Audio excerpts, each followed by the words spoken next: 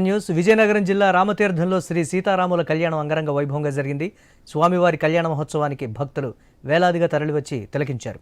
ప్రభుత్వం తరపున పట్టు వస్త్రాలు, ముత్యాల తలంబ్రాలు అందించారు మంత్రి కొండపల్లి శ్రీనివాస్. రామనవమి వేడుకలపై మరింత సమాచారం విజయనగరం ఐ న్యూస్ ప్రతినిధి రమేష్ అందిస్తారు.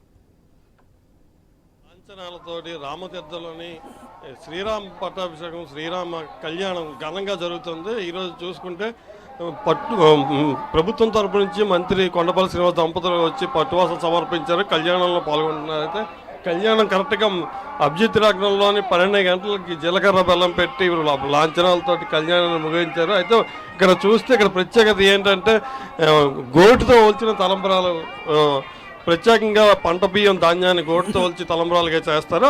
ఆ తలంబ్రాలని కూడా పంచేందుకు క్యూ లైన్లు ఏర్పాటు చేస్తారు. అవి సేకరించేందుకు కూడా భక్తులు బారులు తీరారు తలంబ్రాల బియ్యం కోసం. అదేవిధంగా చూసుకుంటే ఇక్కడ కళ్యాణం మాత్రం పూర్తి స్థాయిలోని సీతారాములు నిజంగా దిగి వచ్చారా అన్నంత వేడికగా అయితే కళ్యాణం జరుగుతుంది. లక్షలాది వేలాది మంది ఈ కళ్యాణానికి హాజరయ్యారు. అదేవిధంగా హాజరైన ప్రతి ఒక్కరికి ఈ విందు భోజనం ఏర్పాటు చేసినట్టుగానే ఏర్పాటు చేశారు.